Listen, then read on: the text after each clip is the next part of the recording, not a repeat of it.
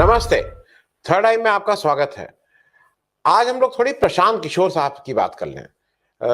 एक नया नाम उनका मुझे और पता चला। मैं उनको अभी तक पीके जानता था, प्रशांत किशोर जानता था। अब पता लगा वो प्रशांत किशोर पांडे हैं। अब बिहार में एक थोड़ी मुश्किल ये भी है, मैं पांडे मान के चल रहा हूं कि वो ब्राह्मण हैं। बिहार में हालांकि थोड़ा पांडे भूमिहार भी हो सकते हैं, लेकिन मैं उनको ब्राह्मण ही मान के चल रहा हूं। तो अब वो पीके हो गए, प्रशांत किशोर हो गए, प्रशांत किशोर पांडे हो गए। उनका एक अभी बयान एक दो दिन से चर्चा में बहुत आ रहा है। जरा पहले उसको सुन लीजिए, फिर उस पर आगे बात करें।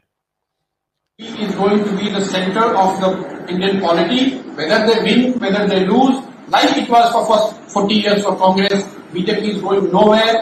Once you secure 30% plus vote at India level, you are not going away in a hurry. So do not ever get into this trap that people are getting angry and they will throw away Modi. Maybe they will throw away Modi, but BJP is not going anywhere. They are going to be here. You have to fight it out for next many decades. जब वो ये कहते हैं कि BJP is not going anywhere, BJP gets about 30% votes, BJP Modi ji चले जाएंगे इत्यादि इत्यादि, लेकिन वो एक चीज बार बार भूल जाते हैं कि अगर वो 30% की वोट की बात कर रहे हैं तो 70% वोट विपक्ष के भी थे। खैर, हाल के दिनों में एक नया मैंने चीज देखी और ये मैं देख रहा हूं कि पीके जी जो हैं, ये राहुल गांधी हो या प्रियंका गांधी हो या कांग्रेस हो, उस पर बहुत हमलावर हो रहे हैं।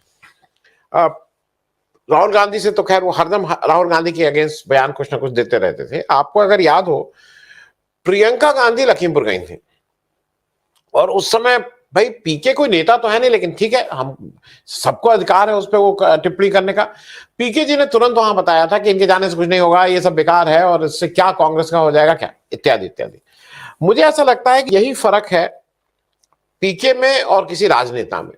पीके सारी चीजों को नाप तौल के नफा नुकसान की दृष्टि से देखते हैं। मेरे दफ्तर में बहुत से लोग आते थे जब मैंने ये चैनल शुरू किया, तो कहते थे इससे फायदा क्या है उनको, क्योंकि उनको लगता था इससे पैसा आ रहा है कि नहीं। तो शायद पीके को हर एक्शन सिर्फ यही लगता है कि अगर प्रियंका गांधी कहेंगे तो वोट का फायदा है कि नहीं। कई बार लोग वोट के अलावा भी पॉलिटिक्स होती है पीके जी, ये शायद उनको अभी समझना होगा। मैं ये बात इसलिए कह रहा हूं कि उन्होंने फिर उसके बाद राहुल गांधी के ऊपर भी हमला बोला। एक राहुल गांधी पे भी एक उन्होंने स्टेटमेंट दिया, जो स्टेटमेंट कहा कि भाई राहुल गांधी इस भुलावे में ना रहें, इत्यादि इत्यादि, भाजपा को लेके।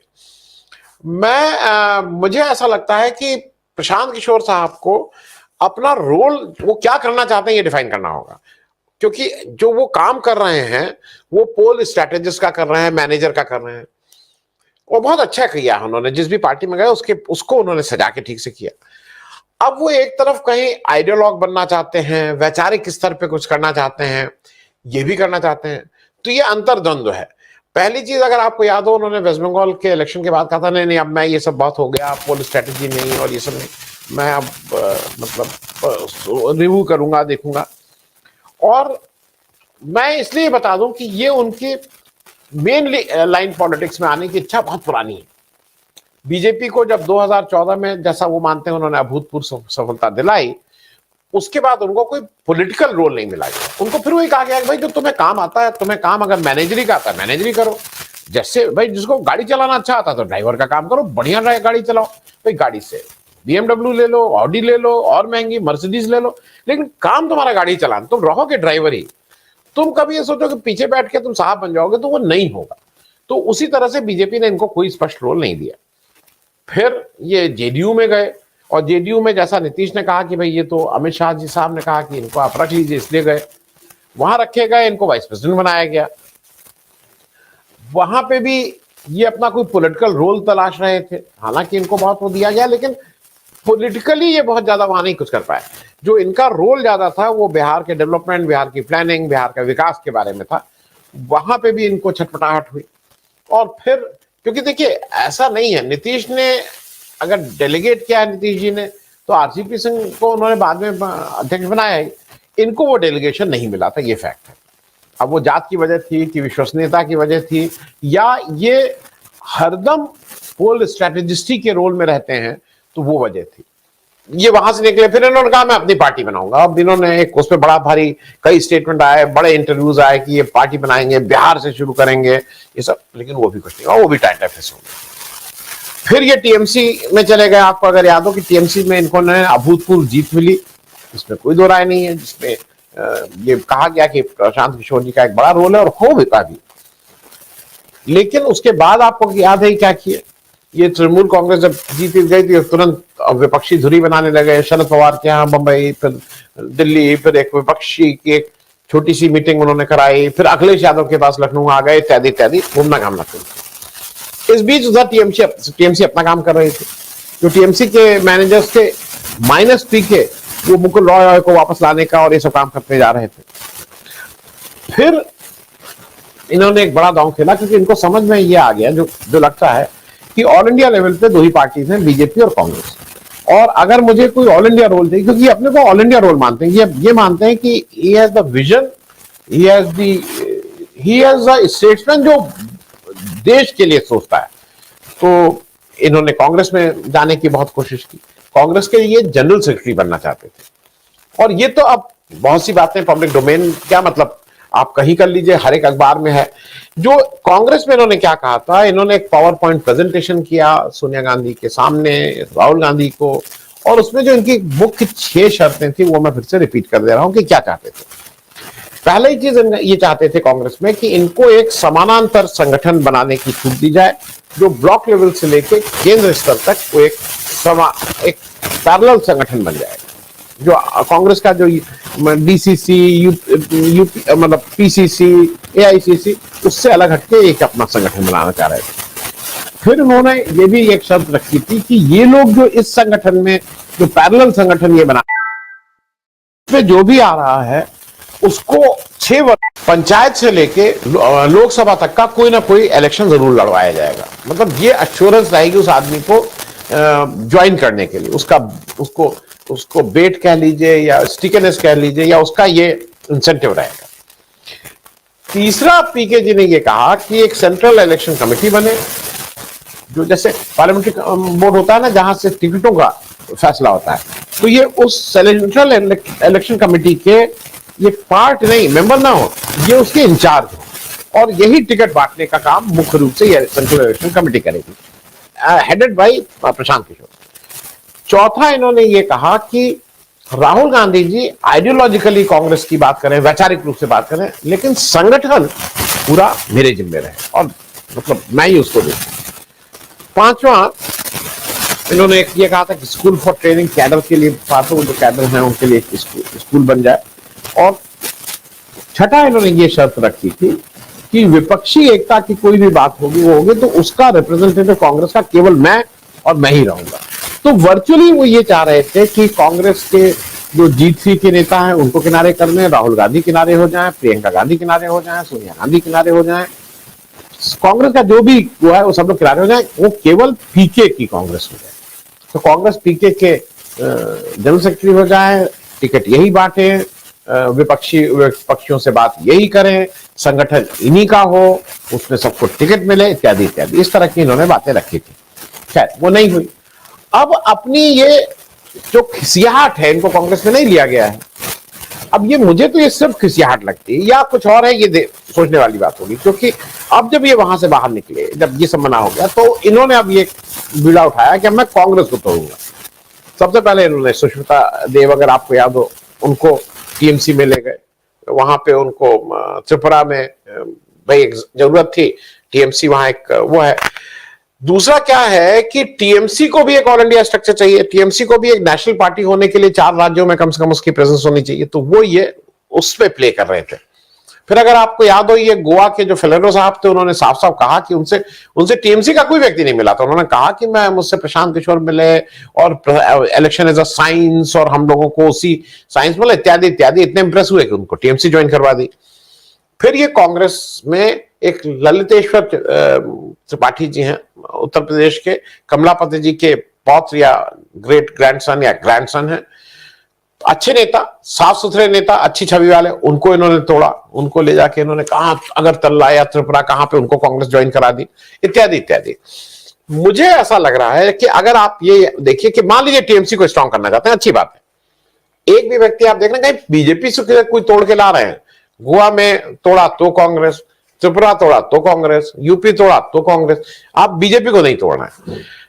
तो एक चीज ये भी देखने वाली है कि ये जो कहते हैं मैं विपक्षी एकता, विपक्ष एक जगह आ जाए, फायदा किसका करा रहे हैं। मैं एक उदाहरण दे दूंगा। एआईएमआईएम के पे और ओवैसी साहब पे ये आरोप लगता है ना कि वो दिखाती तो है कि हम बीजेपी के विरोध में, लेकिन चुनावी इलेक्शन में वो ऐसा काम करती है जिससे बीजेपी का फायदा हो जाए। जो विपक्ष के वोट को वो एक जगह ना हो, मुसलमानों के वोट उसको मिल जाए और विपक्ष के वोट बिखर जाए और बीजेपी का फायदा हो जाए।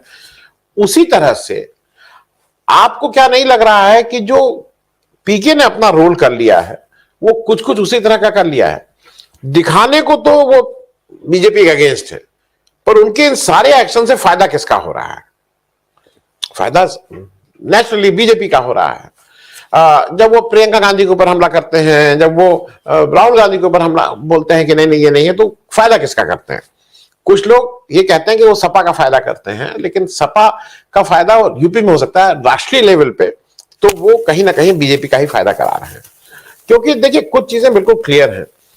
ये कोई भी स्कूल कॉलेज की मैं बार बार बात करता हूं, यूनिवर्सिटी हो, कॉलेज हो, उसके प्रिंसिपल से उसका स्तर माना जाता है ना। कौन प्रिंसिपल था? अच्छा वो आचार्य नरेंद्र देव थे, अच्छा वो थे, ये प्रिंसिपल थे, इतने अच्छे प्रिंसिपल साहब आए हैं, इतने अच्छे मैनेजर से कोई स्कूल जाना जाता है, कोई किसी रजिस्ट्रार से कोई यूनिवर्सिटी जानी जाती है? आपने सुना है किसी रजिस्ट्रार से यूनिवर्सिटी जानी जाती है? कोई भी यूनिवर्सिटी। अभी एक बड़ी कंट्रोवर्सी हुई थी, वो जो गुड़गांव वाली यूनिवर्सिटी थी, अशोका यूनिवर्सिटी, उसमें किसको निकाला किसको रखा। देखिए आज राष्ट्रीय स्तर पे दो पार्टियां हैं, जो राष्ट्रीय स्तर पे मैं कहता हूं, एक बीजेपी एक कांग्रेस।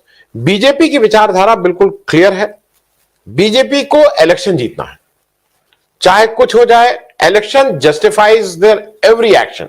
अगर वो इलेक्शन जीत गए या इलेक्शन नहीं जीते तो तोड़ फोड़ करके उन्होंने अपनी सरकार बना ली, तो वो जस्टिफाई करते हैं इसको। ये उनकी विचारधारा है।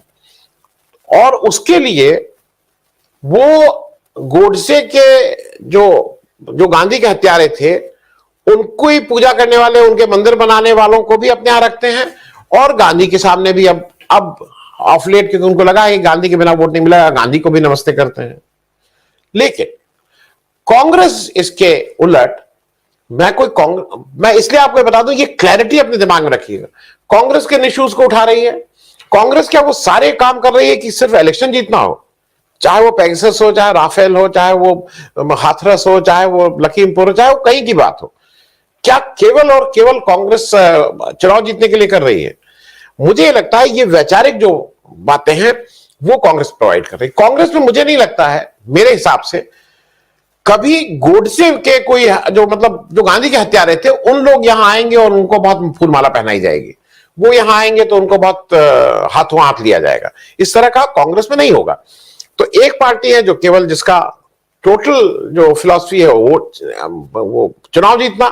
एक पार्टी है जो अपनी वैचारिक रूप से कहती है, भाई वो चर्चा तो करती है ना कि शराब पीना खराब चीज है, वो चर्चा करती है कि नहीं इस पे खादी पहनना चाहिए, इत्यादि इत्यादि।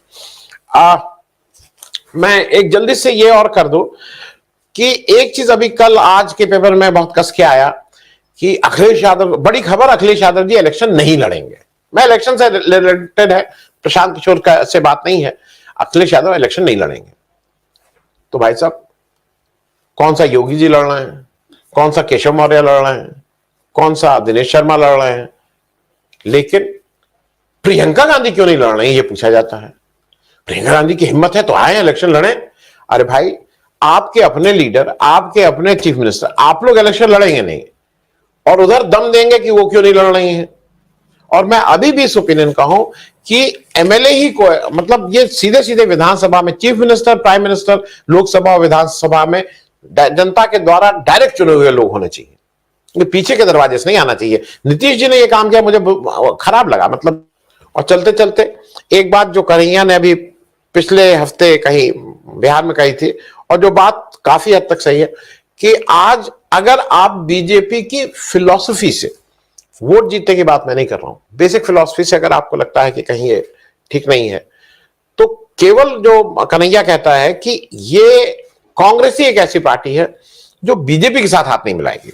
बाकी लोग या तो बीजेपी से प्रभावित होके या डर के या धमका के या किसी तरह से या पार्टी तोड़ने के चक्कर में बीजेपी के साथ खड़े होने का खतरा हर एक पार्टी का यह है कि वो बीजेपी के साथ न चली जाए। आज इतना ही, क्योंकि प्रशांत किशोर पे हम सब लोगों को ये देखना चाहिए कि क्या अभी वो रिलेवेंट रह गए हैं या पॉलिटिकली उनको हम ये माने कि वो कोई पॉलिटिकल एक आइडियोलॉग है। ये सोचने वाली बात है। Thank you so much. अगर आपको दी पब्लिक के कार्यक्रम पसंद आते हैं तो इन्हें लाइक करें। अगर आप इस वीडियो को YouTube पर देख रहे हैं तो चैनल को सब्सक्राइब करें, और अगर आप इसे Facebook पर देख रहे हैं तो दी पब्लिक के पेज को लाइक करें। अगर आप चाहते हैं कि हम निष्पक्ष पत्रकारिता को जारी रखते हुए आपसे जुड़े मुद्दों पर सवाल उठाते रहें तो हमें सहयोग करें। आपका छोटा से छोटा सहयोग भी इस मुहिम को जारी रखने में हमें ताकत देगा। डोनेट करने के लिए डिटेल्स जो हैं वो डिस्क्रिप्शन बॉक्स में दी गई हैं। धन्यवाद।